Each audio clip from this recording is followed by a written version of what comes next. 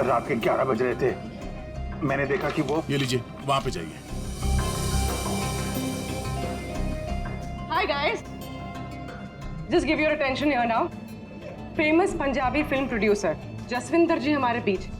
और आपने तो कल के न्यूज़पेपर में पढ़ा ही होगा कि वो अपनी अगली पंजाबी फिल्म की कास्टिंग कर रहे हैं, जिसके लिए वो male female lead actors, villain और कैरेक्टर एक्टर्स की तलाश में।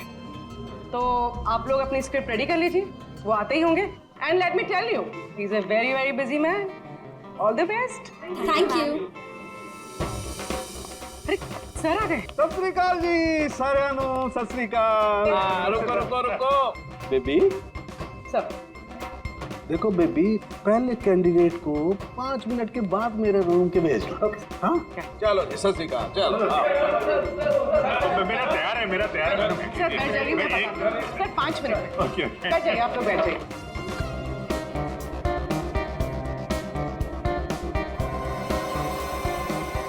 और जैसे ही दरवाजा खुला, और दरवाजा खुल क्यों नहीं रहा यार? जैसे ही दरवाजा खुला,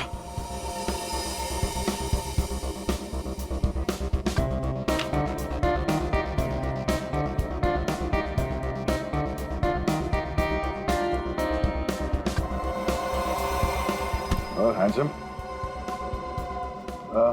किस कैरेक्टर के लिए आए? सर हाँ जी। सर वो लोग रेडी हैं। हाँ तो भेजो भेजो भेजो। Okay okay. अरे तुमको तो लीड करना चाहिए यार। क्या नाम है आपका? प्रतीक। प्रतीक।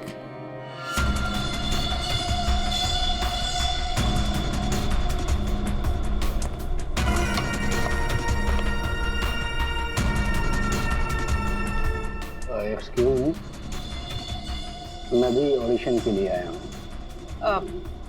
आपका नाम क्या है? जी सुरेश।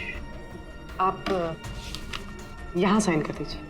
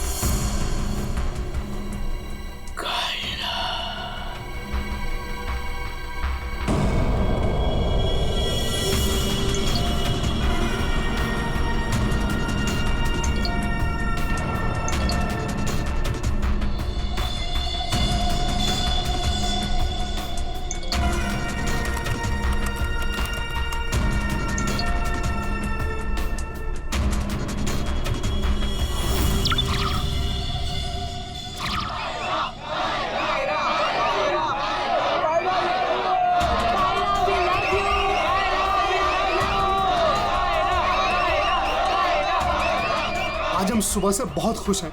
जब से हमको पता चला है कि कायरा जी खुद रिबन काटने के लिए आ रही हैं। हम उनके बहुत बड़े फैन हैं और हम चाहते हैं कि उनके साथ एक सेल्फी हो जाए।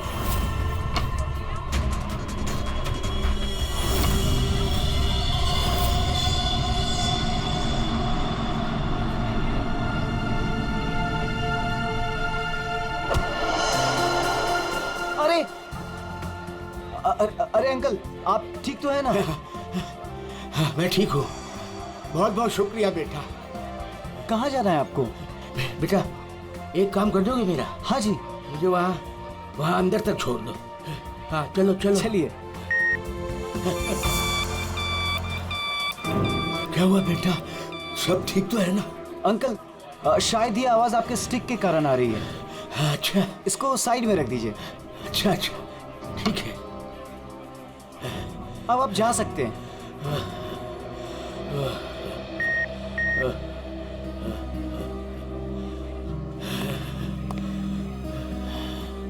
ये तो हमारी छड़ी। ये रही आपकी छड़ी। अंकल जी संभल के। वैसे आप कहाँ जाना चाहते हैं? मैं आपको छोड़ देता हूँ। वहाँ आज ना मेरी कायरा आ रही है। हाँ वो तो यहाँ आने वाली हैं। बस उसी को मिलने आया हूँ।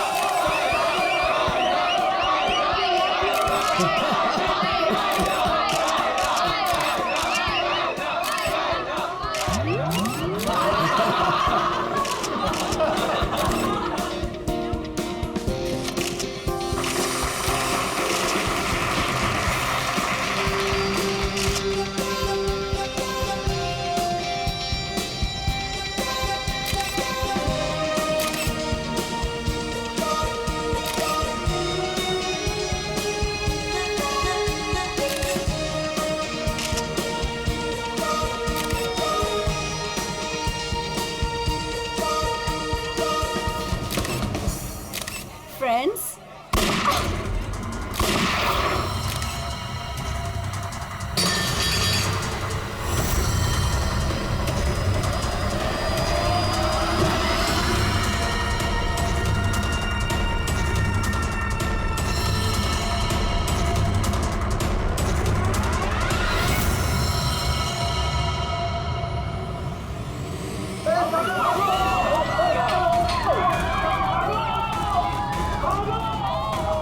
सारे एग्जिट सील कर दो। क्या हुआ? रोहित रोहित रोहित पकड़ इसको, पकड़ इस मुंडे को।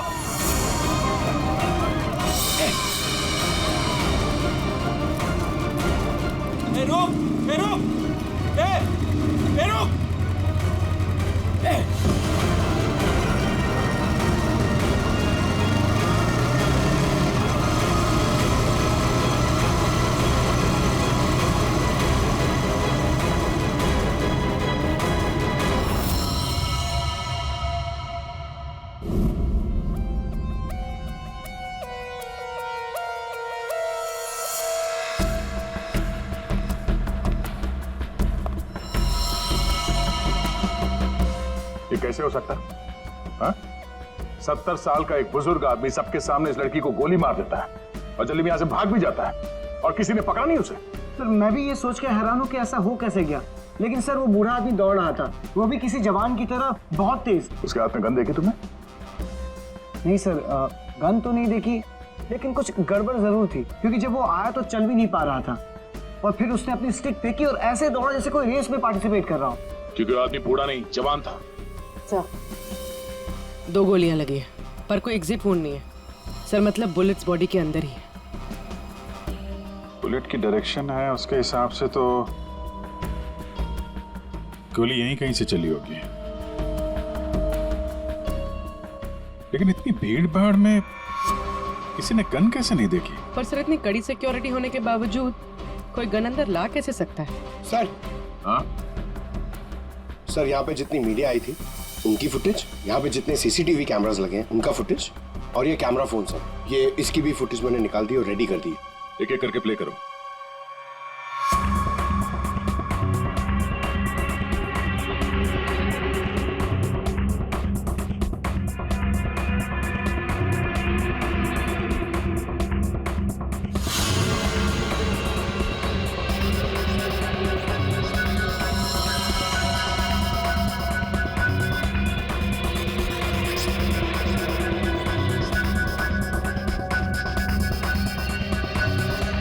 फुटेज देख के तो यही लग रहा है कि गोली उसी तरफ से चली है जिस तरफ ये बुजुर्ग आदमी खड़ा था, मगर कहीं भी उसका हाथ दिख नहीं रहा है और ना ही गन।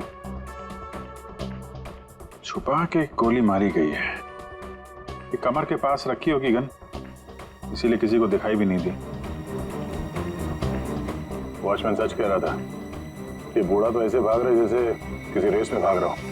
पंकज, क्या देखना इसका कोई क्लियर शॉट मिले, क्लोजअप वगैरह का? सर, माना कि उस बुजुर्ग आदमी ने इस लड़की पे गोली चलाई, पर यह कैसे पॉसिबल है कि इतनी टाइट सिक्योरिटी और ये मेटल डिटेक्टर्स के होते हुए वो गन लेके अंदर आया और वो पकड़ा नहीं गया? सर इस मॉल की सिक्योरिटी बहुत ज्यादा टाइट और मेटल डिटेक्टर से मैंने उसे पास करवाया था। सर उसके हाथ में वॉकर के अलावा ऐसा कुछ नहीं था जिसपे हम संदेह करें। कहीं ऐसा तो नहीं कि वो गन डिसमेंटल करके इस वॉकर में छुपा के लाया हो, यहाँ पे असेंबल की और फिर इसका खून कर दिया? सर ऐसा बिल्कुल भी नहीं है, मैं पूरे टाइम उसके साथ था। उसने ऐसा कुछ भी नहीं किया जिसपे हमें संदेह हो या हमें लगे कुछ गलत कर रहा है। जी, वॉकर तो एकदम नया है। सर ये 2 बुलेट शेल मिले। अजीब सी बुलेट है तो किसी बड़ी राइफल की। कुछ ज्यादा ही कॉम्प्लिकेटेड केस है।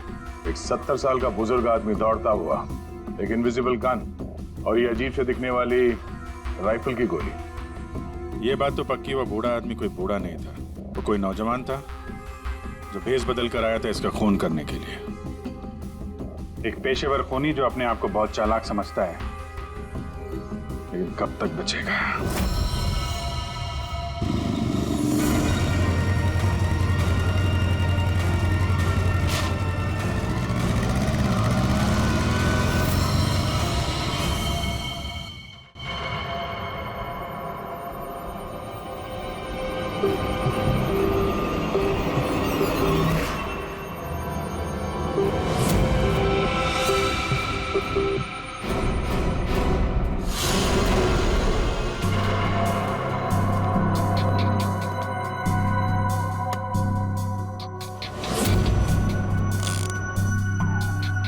कमाल है,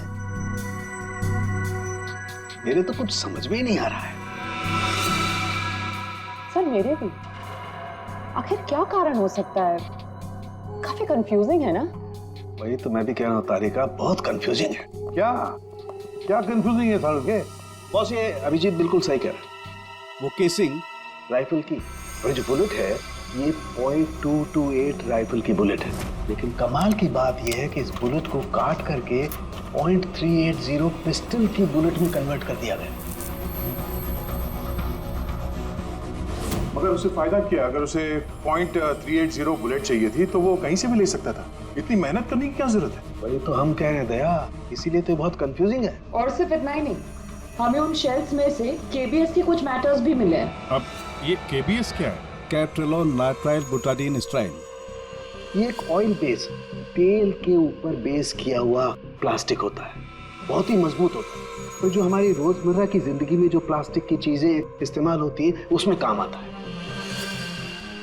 समझ में नहीं आ रहा है कि ये केबीएस मैटर बुलेट के शेल के अंदर कैसे? कहीं ऐसा तो नहीं कि ये बुलेट थी उस केबीएस मैटर के बॉक्स में रखी गई थी जिसकी वजह से वो उसके अंदर आ गई? ये भी हो सकता है बॉस। क्या मुझे कुछ टेस्ट और करने पड़ेंगे? जल्दी कर सारण के, तब तक हम उन लोगों से मिलते हैं जिन्हें कायरा से नफरत थी। हाँ, आई हेटेड कायरा। उसकी ब्यूटी की वजह से नहीं, बिकॉज उसकी हरकतें इतनी घटिया थी, वो इतना एटीट्यूड था उसमें, मुझे वो बिल्कुल भी पसंद नहीं थी। मेरी फिल्म आधी रेडी हो चुकी थी, लाखों का इन्वेस्टमेंट लग चुका था, और ये कायरा बीच में फिल्म छोड़ के चली गई। आप तो जानते हैं सर, फिल्मों में करोड़ों का इन्वेस्टमेंट होता है। कायरा की फिल्म छोड़ने के बाद में मुझे दूसरी हीरोइन भी नहीं मिली, मैं तो रोड पे आ गया सर।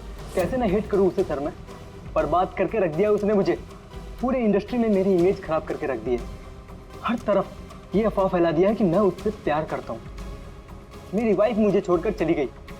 मेरा बस चलता तो मैं अपने हाथों से कायरा का गला दबा देता। अरे बीच काम में उसने अचानक से अपनी पेमेंट बढ़ा दी और फिर मुझे ब्लैकमेल करने लगी। वो हमारी कुछ पर्सनल फोटोज थी उसके पास में, जो मीडिया में देने की धमकी देती थी मुझे। सर मैंने अपनी माँ की कसम खाई थी कि मैं कायरा के साथ कभी काम नहीं करूंगा। उसने मुझसे प्रॉमिस किया था कि वो मेरे साथ एक इंटरनेशनल शो करेगी। एज पर द कॉन्ट्रैक्ट उसने कोई भी प्रॉमिस अपने पूरे नहीं किए। हैवी इन्वेस्टमेंट मेरा हुआ सर, बर्बाद करके रख दिया उसने मुझे। मैम आप ये बताइए कि आज सुबह 11:30 बजे कहाँ थे आप? ओ माय गॉड, आप लोग ये सोच रहे हैं कि कायरा को मैंने मारा है? Madam stop over reacting. You think I am a killer, right? Ma'am ये हमारा काम है, हम जो सवाल आपसे पूछ रहे हैं उसका जवाब आपको देना होगा। देखिए मुझे सर, कितनी सुंदर और नाजुक हूँ मैं। आपको लगता है मैं किसी की जान ले सकती हूँ? अभिजीत, जा चल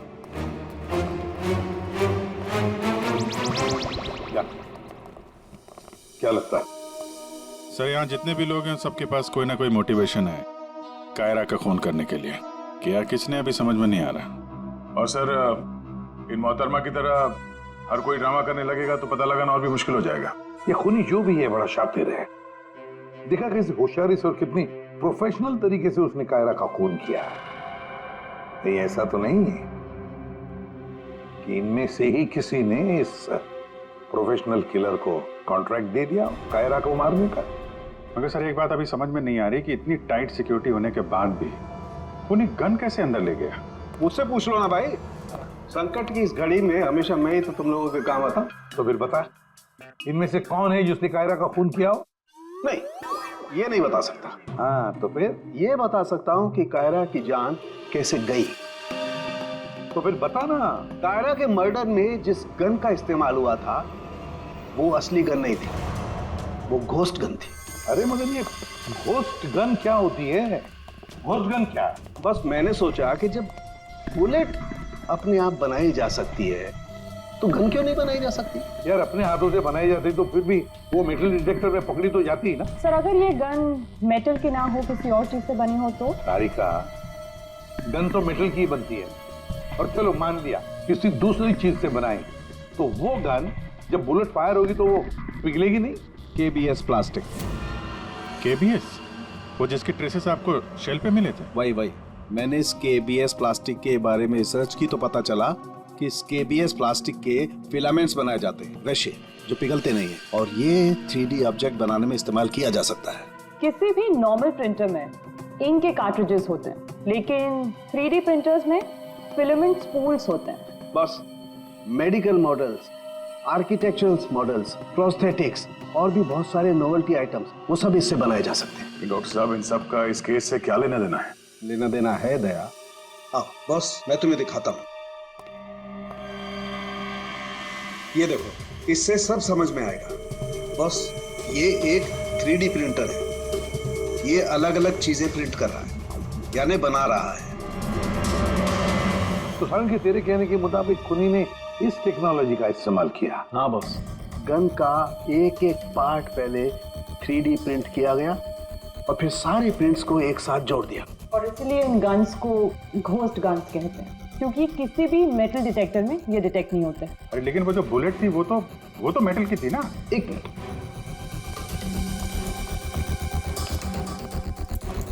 बस ये मेरी घड़ी पूरी मेटल की है। अब मैं इस घड़ी को पहन के इस मेटल डिटेक्टर में से पास होता हूं। इसने डिटेक्ट किया। अब इसी घड़ी को हम KBS प्लास्टिक के बॉक्स में रखकर पास करते हैं। ये KBS प्लास्टिक के बॉक्स में ये घड़ी गई अंदर और हम इस मेटल डिटेक्टर से इसको लेके जाते हैं और इसने डिटेक्ट नहीं किया। तो बस इतनी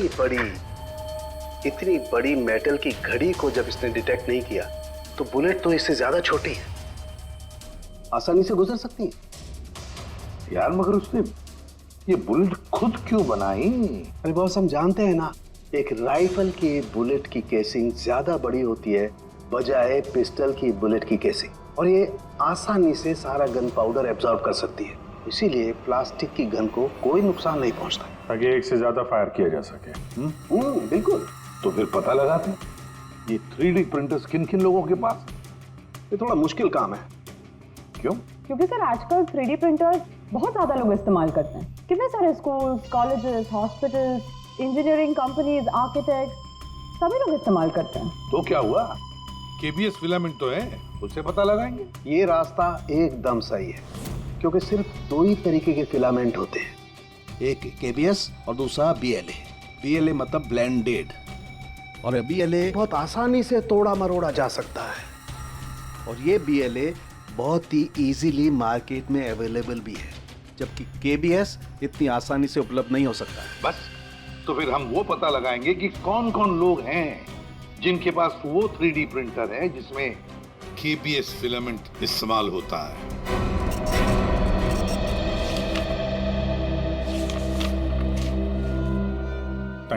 thank you very much. Abhijit, कुछ पता चला? 4 लोगों के नाम मिले हैं जो ये व्हाइट कलर की केबीएस फिलामेंट 3D प्रिंटर्स में यूज करते हैं। आकाश, वीरेंद्र, शैलेश और राजेश है स्पेक्टर डिजाइन फर्म का। चलो लग जाते हैं काम पे।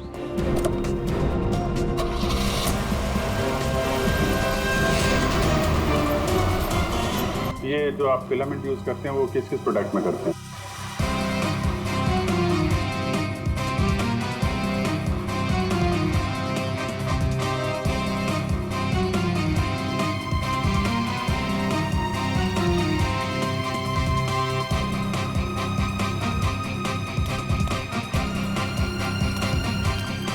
एक्सक्यूज मी सर, कहाँ जाना है आपको?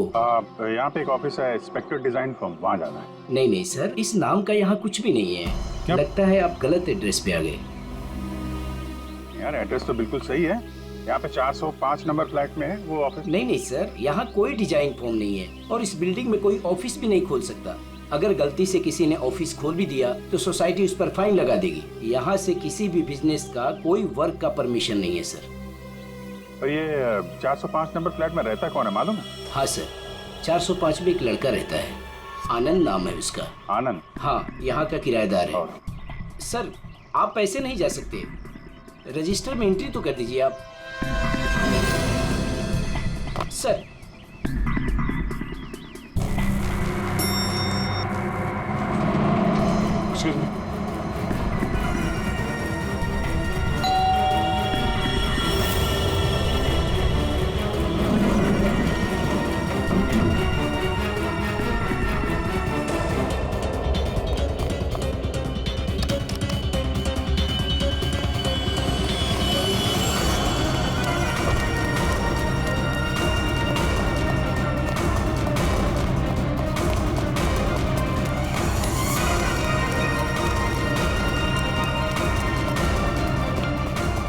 कहाँ गया आनंद?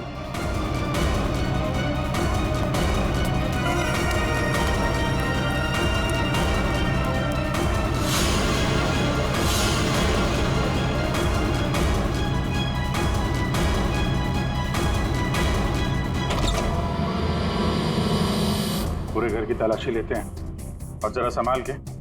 ये आनंद जरूरत से ज्यादा चालाक है, कुछ भी खतरा हो सकता है।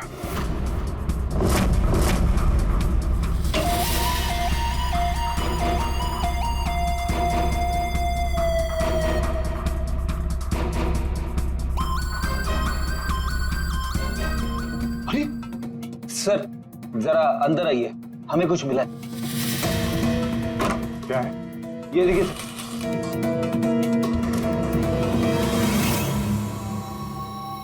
लाइट ऑन करना पंकज।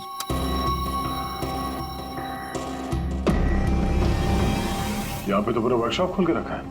तरुण के साहब सही कह रहे थे, ये आनंद गन बनाने के लिए यहीं पे एक्सपेरिमेंट कर रहा था। ये देखा फिलामेंट, यही वो फार्मूला है जिससे यहाँ पे वो 3D प्रिंटिंग वाली गन बना रहा था। लगता है सबको पिघलाकर बना रहा था सब। ये गन जो है वो बड़ी बुलेट का फोर्स नहीं ले पा रही होगी, इसलिए उसने बुलेट काट के छोटी वाली बुलेट बनाई थी, ताकि इस गन से बुलेट चल सके और किसी की जान ले सके।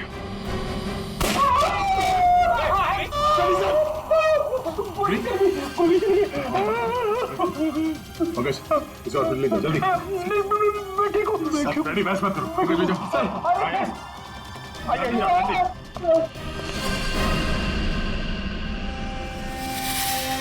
My God.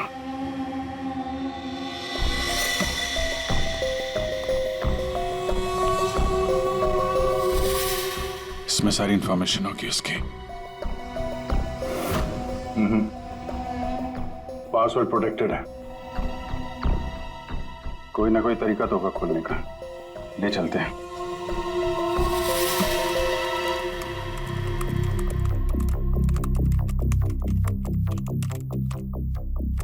Come on.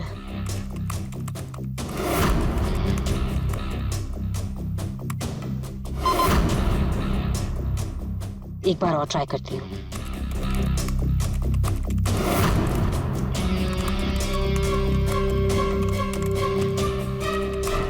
अलग अलग फॉर्मूला ट्राई कर रही हूँ, डिफरेंट कोडिंग्स भी ट्राई कर रही हूँ, लेकिन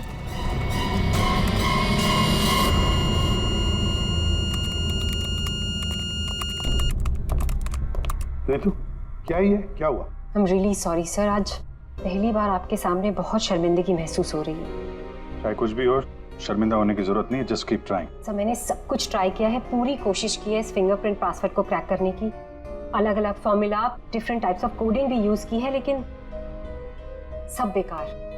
सर हम इसके हार्ड ड्राइव निकाल कर दूसरे लैपटॉप में लगा के शायद एक्सेस कर पाए। नहीं, हम ऐसा नहीं कर सकते क्योंकि जिसने ये फिंगरप्रिंट लॉक पासवर्ड बनाया है वो बहुत ही क्लेवर है। और अब हम अब क्या? सर हम 9 बार इनकरेक्ट पासवर्ड एंटर कर चुके हैं और ये पासवर्ड क्रैक नहीं कर पाए हैं।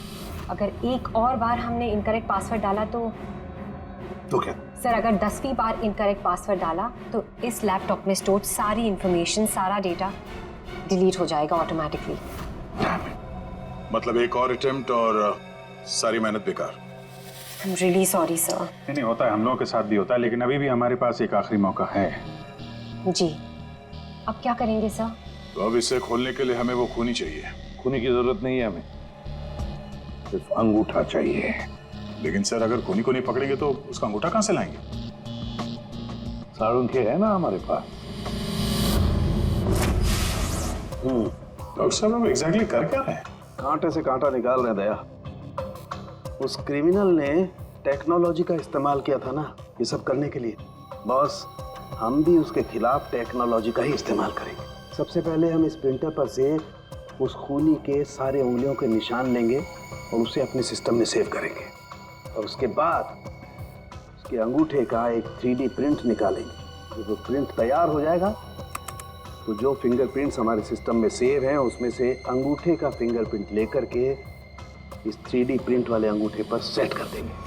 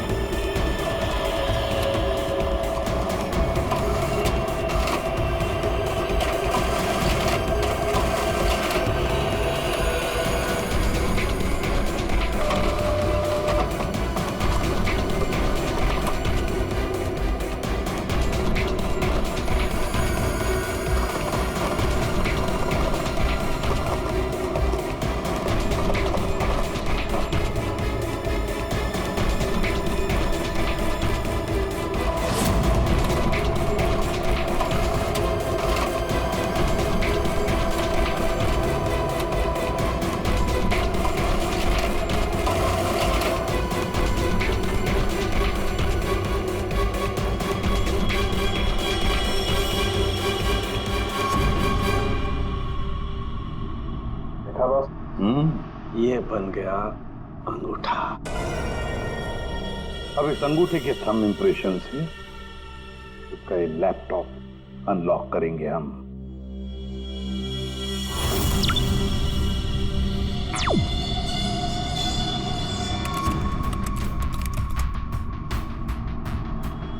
वाह सर, इस लैपटॉप में तो काफी सारी इंफॉर्मेशन है। ये डार्क वेब से कनेक्टेड है। Dark web? ये क्या होता है? ये टर्म पहले कभी सुना नहीं। जैसे क्रिमिनल्स के लिए अंडरवर्ल्ड एग्जिस्ट करता है, ठीक उसी तरह वेब और इंटरनेट के क्रिमिनल्स के लिए डार्क वेब होता है। काफी सारे साइबर क्राइम्स और अलग अलग तरह की क्रिमिनल एक्टिविटीज यहाँ होती है। वेब का अंडरवर्ल्ड, डार्क वेब। लेकिन ये इंटरनेट पर तो सब कोई भी कुछ भी एक्सेस कर सकता है। इस डार्क वेब में इन्वॉल्व क्रिमिनल्स ये पकड़े क्यों नहीं जाते? सर आम लोग डार्क वेब को एक्सेस नहीं कर सकते। इसके लिए एक अलग तरह के सॉफ्टवेयर की जरूरत होती है। सर उसकी हेल्प से जो भी लोग यहाँ एक्टिव हैं उन्हें एक्सेस किया जा सकता है। सर यहाँ अलग अलग तरह के क्राइम होते हैं, जैसे ड्रग्स, प्रोस्टिट्यूशन, कॉन्ट्रैक्ट किलिंग, और वही लोग यहाँ पर होते हैं जो ट्रैक नहीं होना चाहते। ये मिस्टर आनंद क्या कर रहा है डार्क वेब में? सर ये एक प्रोफेशनल कॉन्ट्रैक्ट किलर है, ये अपनी सर्विसेज बेच रहा था यहाँ पर। सर ये देखिए, ये इसकी वेबसाइट है, घोस्ट असैसिन। अब जो लोग भी इसे हायर करना चाहते हैं वो पहले डार्क वेब को एक्सेस करेंगे, उसके बाद इसकी वेबसाइट में लॉगिन करेंगे, और जिसे भी वो मरवाना चाहते हैं या जो भी उनका टारगेट है उसकी सारी इंफॉर्मेशन, सारी डिटेल्स इसे प्रोवाइड करेंगे। उसके बाद कुछ एडवांस पेमेंट और बाकी का पेमेंट काम हो जाने के बाद। और इसको कायरा का मर्डर करने के लिए कॉन्ट्रैक्ट किसने दिया था? सर मैं चेक करती हूँ। मौत का धंधा करने वालों को हम छोड़ेंगे नहीं। सर ये कोई बिजनेसमैन है,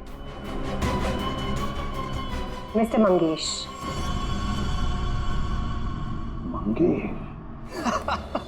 अरे तुझे मालूम नहीं मैं कितना खुश हूँ। हाँ सारी तैयारी हो गई। अच्छा एक काम कर, मैं अभी गाड़ी में बैठ रहा हूँ, सीधे एयरपोर्ट आ रहा हूँ। ओके चल तू उधर ही रुक। Maldives I am coming.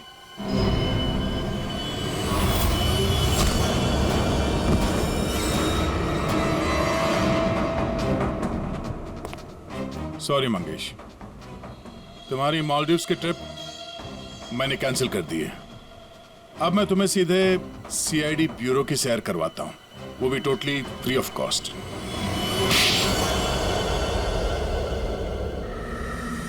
क्या करता मैं, बर्बाद हो गया था मैं। खत्म कर दिया तो उस लड़की ने मुझे, कायरा ने मुझे बर्बाद कर दिया। एक हैवी अमाउंट दिया था मैंने इसको इंटरनेशनल शो के लिए, और कॉन्ट्रैक्ट के हिसाब से इसने वादा किया था कि 3 घंटा स्टेज पे परफॉर्म करेगी। क्या किया इसने? सिर्फ 1 घंटे परफॉर्म किया, बर्बाद कर दिया मेरे शो को इसने। तो अपना नुकसान पूरा करने के लिए तुमने जान ले ली उसको, और तुमने इस किलर को कांटेक्ट कैसे किया? मैंने उसका चेहरा नहीं देखा था, मेरे एक दोस्त ने मुझे रेफरेंस दिया था। ऑनलाइन मैंने उसको कांटेक्ट किया, जिसका खून कराना था उसकी पूरी डिटेल्स, पूरी इंफॉर्मेशन, फोटोग्राफ्स एक छोटे से वीडियो पे बना के भेज दी। फिर उसने अपना काम कर दिया। तुम कभी मिले नहीं उससे? मैं इससे कभी नहीं मिला, सब कुछ ऑनलाइन हुआ। उस असली खूनी को कैसे पकड़े सर? अभिजीत,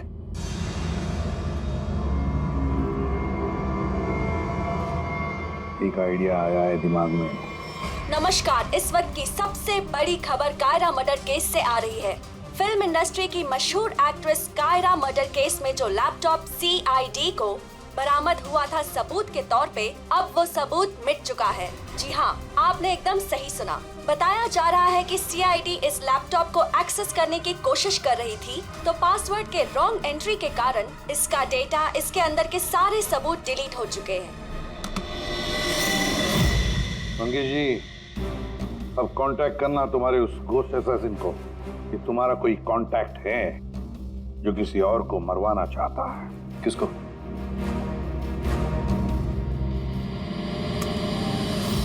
ये है, देखिए मेरा नाम नरेंद्र है, मैं फिल्में बनाता हूँ, मैं फिल्म प्रोड्यूसर। मेरा एक पार्टनर है, जसविंदर नाम है उसका, वो पंजाब में है। मैं चाहता हूँ कि आप उसका खून कर दें। मुझे पता है आप ये काम कर सकते हैं। उसका आपकी जो भी फीसें मैं देने के लिए तैयार हूँ। जसविंदर का फोटो और उसके सारी डिटेल मैं आपको भेज ही रहा हूँ। अब इस वीडियो को भेज दो तुम्हारे उस घोस्ट असैसिन को। अच्छा, ये जसविंदर कौन है? सर, आप हम में से किसी को जसविंदर बनाना चाहते हैं? जसविंदर अभी आएगा, आता ही होगा। क्या बॉस, क्या बात है, क्यों बुलाया? अच्छा, यार ऐसे मुस्कुरा के क्यों मार रहे हो? बता दो ना साफ साफ क्यों बुलाया है। देख सामने, तुझे हमारे लिए जसविंदर बनना है। What? क्या मतलब क्या तुम्हारा? बताता हूँ। वो जो घोस्ट असैसिन है ना, कॉन्ट्रैक्ट किलर, उसको पकड़ने के लिए एक प्लान बनाया है। उस प्लान में तुम उसका विक्टिम बनेगा। नहीं भाई, अरे भाई की बात सुन ले पहले। उसका विक्टिम बनेगा, वो कॉन्ट्रैक्ट किलर तुझे मारने आएगा। अच्छा, मतलब वो मुझे मारने आएगा और तुम लोग मुझे बचा लोगे, और इस बीच में कहीं अरे कुछ नहीं होगा, क्या हम लोग मर गए? तुम पर तो मुझे बिल्कुल भी विश्वास नहीं। सॉरी टू से, बट यार नहीं यार, मुझे माफ कर दो यार, प्लीज यार। मैं बोल रहा हूँ, मैं अपनी लैब में ठीक हूँ ना, क्यों फंसा रहे हो यार तुम मुझे? नहीं, तू करेगा या नहीं करेगा? जब मैं घर पहुंचा, रात के 11 बज रहे थे, मैंने देखा कि वो, ये लीजिए, वहां पे जाइए। Hi guys, just give your attention here now. Famous Punjabi film producer Jaswinder ji हमारे बीच, और आपने तो कल के न्यूज़पेपर में पढ़ा ही होगा कि वो अपनी अगली पंजाबी फिल्म की कास्टिंग कर रहे हैं, जिसके लिए वो male female lead actors, villain और कैरेक्टर एक्टर्स की तलाश में। तो आप लोग अपनी स्क्रिप्ट रेडी कर लीजिए, वो आते ही होंगे। And let me tell you, he is a very very busy man. All the best. Thank you. अरे सर आ गए। सत श्री अकाल जी साਰਿਆਂ ਨੂੰ, सत श्री अकाल। रुको बेबी। सर देखो बेबी, पहले कैंडिडेट को 5 मिनट के बाद मेरे रूम के भेज लो। हाँ चलो जी, सत श्री अकाल। चलो मेरा तैयार है। सर बैठ जाइए, मैं बताता हूँ। सर 5 मिनट बैठ जाइए, आप लोग बैठ जाइए।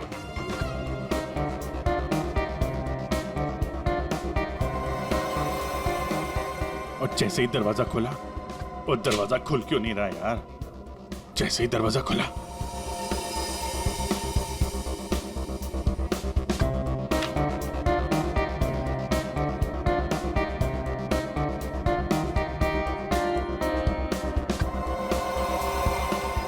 हैंडसम,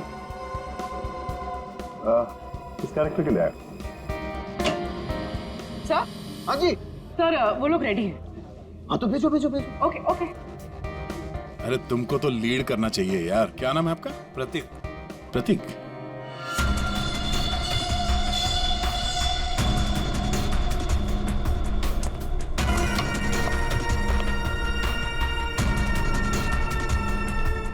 एक्सक्यूज मी, मैं भी ऑडिशन के लिए आया हूँ। आपका नाम क्या है? जी सुरेश। आप यहाँ साइन कर दीजिए।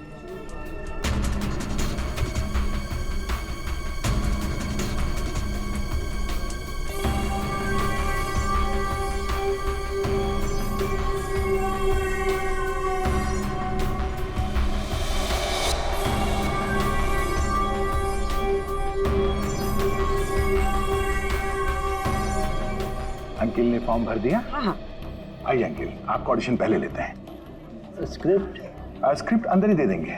इनका नंबर लग गया। नहीं, वो हीरोइन के फादर का रोल है ना, उसके लिए परफेक्ट है, इसलिए। नहीं, मैं बहुत देर से खड़ा हुआ था इसके लिए। नहीं, आप तो हीरो मटेरियल है सर, आपका बाद में लेते हैं।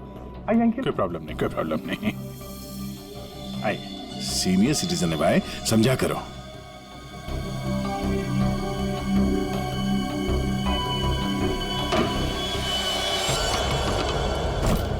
क्या है ये सब? क्या हो रहा है? कुछ नहीं, हम ये पता लगाना चाह रहे थे कि ये अपने हाथों में कौन सी क्रीम लगाते हैं आप। इस जवान त्वचा का राज क्या है? चेहरे से तो बूढ़े हो गए, लेकिन ये हाथ अभी भी जवान है। ये सब क्या है? कैसी बातें कर रहे हैं आप लोग? कौन है आप सब? देखो चाचा, हम लोग CID से हैं, समझे? CID? लेकिन मैंने तो कुछ नहीं किया है। मैं क्या किया है और क्या नहीं, अभी पता चल जाएगा। क्या ये?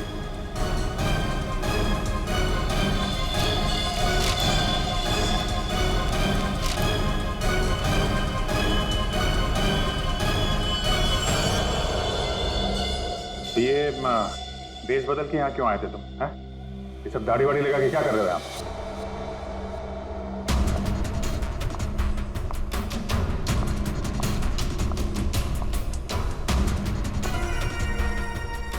आओ जी, हाँ जी, कुछ तैयार किया आपने? हाँ हाँ हाँ।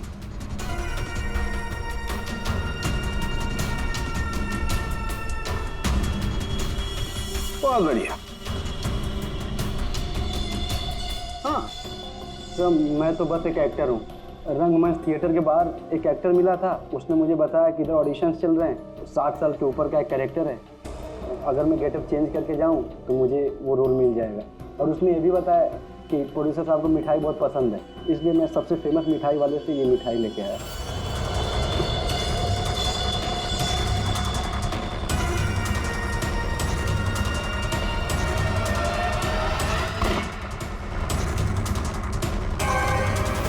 अभी तुम जाओ, कुछ पता चलेगा तो हम तुम्हें बताएंगे। निकलो, चलो चलो चलो। Thank you sir. ये किलर हमारे साथ गेम खेल रहा है।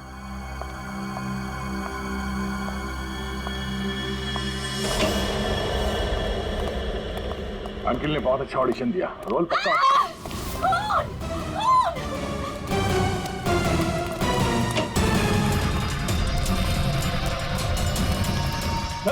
साड़ू साहब, क्या हुआ? कैसे हुआ ये? सर मैं यहाँ पर जब आई तो ऑलरेडी लाश यहाँ पर पड़ी हुई थी। कोई था यहाँ पे? मेरे यहाँ आने से पहले एक साड़ी वाली बाहर गई थी। पूरी जरा ध्यान रखना।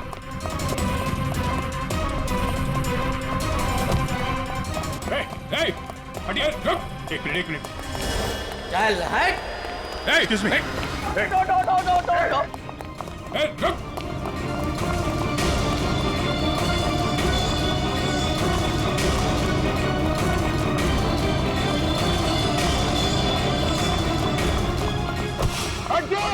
बैठ जाओ नीचे, बैठ जाओ। बस, खेल खत्म तुम्हारा।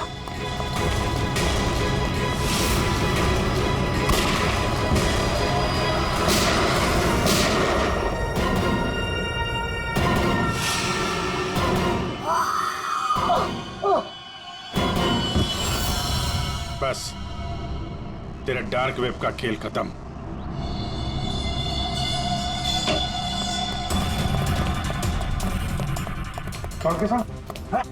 सर सांस नहीं चल रही है सर। एम्बुलेंस फोन करो जल्दी। तरुण के साथ। अरे छोड़ दो दे। हाँ? छोड़ दो। अरे गिरा मत देना यार, अरे गिरा मत देना। क्या नाटक कर रहे हैं आप ये? खून कहाँ है? क्या नाटक कर रहे हैं आप? क्यों भाई, तुमने मुझसे इतना लंबा चौड़ा नाटक करवाया यार, जरा सा मैंने भी एडिशन कर दिया नाटक का यार। सर आपने ये सब किया कैसे? अरे सालू के नाम है ना मेरा। ये देखो, बुलेट प्रूफ जैकेट। और बताऊं, ये मेरी पगड़ी देखो, ये भी बुलेट प्रूफ है। और भाई साहब, ये जो चश्मा है ना, गोली इसमें भी नहीं लग सकती है, ये बुलेट प्रूफ ग्लासेस है। और झटका तू, ये जो मेरी दाढ़ी है ना भैया, दाढ़ी का भी इंसान है बुलेट प्रूफ। वो तो ठीक है सर, आपके चक्कर में हम लोगों का हार्ट अटैक हो जाता तो